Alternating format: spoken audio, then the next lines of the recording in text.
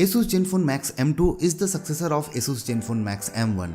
The new phone comes with improved specifications in the same design. If you are thinking to buy this phone, this video is for you.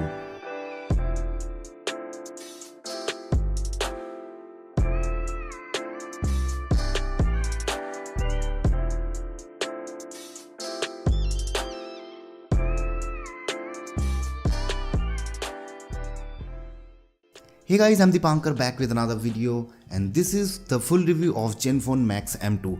But before I start, consider subscribing our channel by tapping on the subscribe button below and enable notification by tapping on the bell icon. Now when you have done that, let's start talking about Zenfone Max M2. Asus Zenfone Max M2 features a plastic build with a metallic finish. It looks almost the same as the predecessor Zenfone Max M1.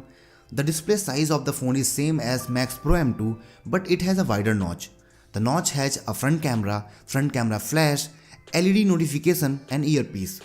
The display panel measures 6.26 inches and the side bezels are also thicker as compared to Max Pro M2. The bottom bezel is also thick. Unlike Max Pro M2, this phone lacks any kind of screen protection, so it is recommended to put a good screen guard on it.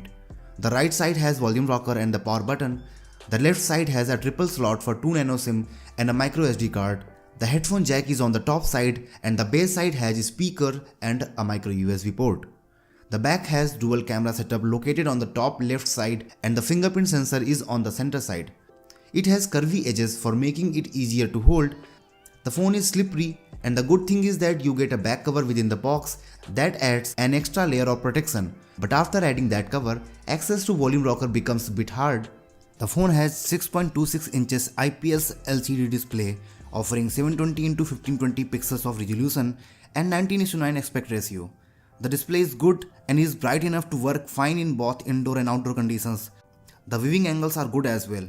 As the display is HD+, the colors don't really pop, but we cannot expect much from a budget phone. The phone runs on stock Android 8.1 Oreo with no skin and 3 social media apps as bloatware. The overall experience of UI was good, but notch needs more work to be worthy here. Apps don't run on full screen and there is no option for optimizing that, so having a notch didn't add much value here. The phone packs 1.8 GHz Snapdragon 632 processor that meets stock Android to offer really good performance. I was not expecting such a fluid performance from a budget phone. The phone can handle daily usage well, and I did not face any kind of lag while using the phone. Apps load quickly and switching between apps is also smooth.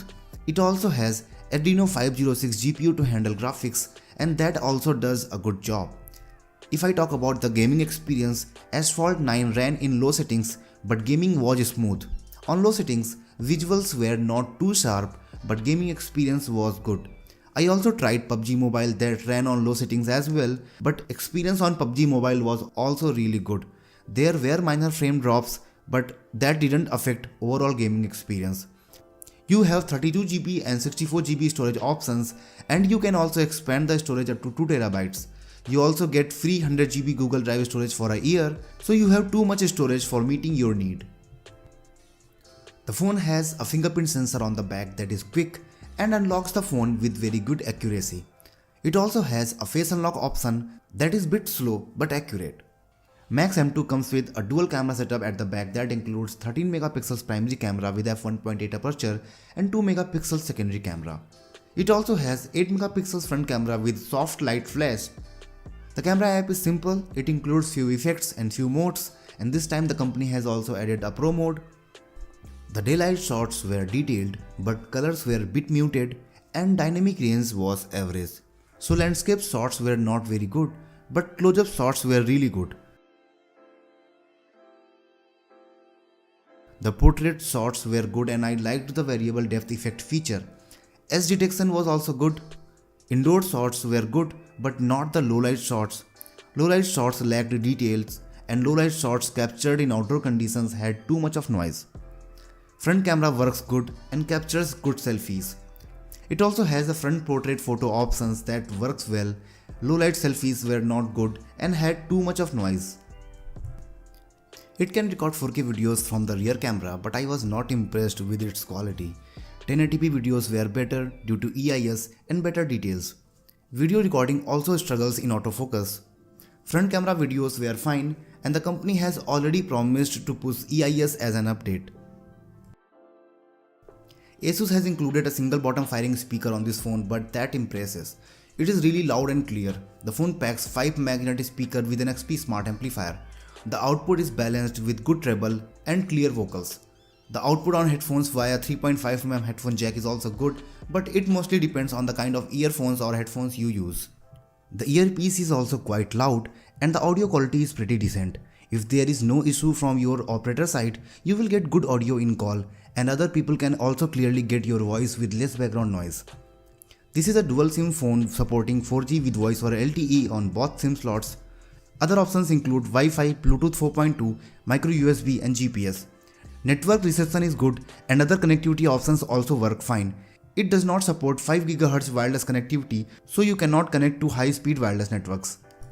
The phone packs 4000 mAh battery and you can easily get around 2 days of battery backup with this phone.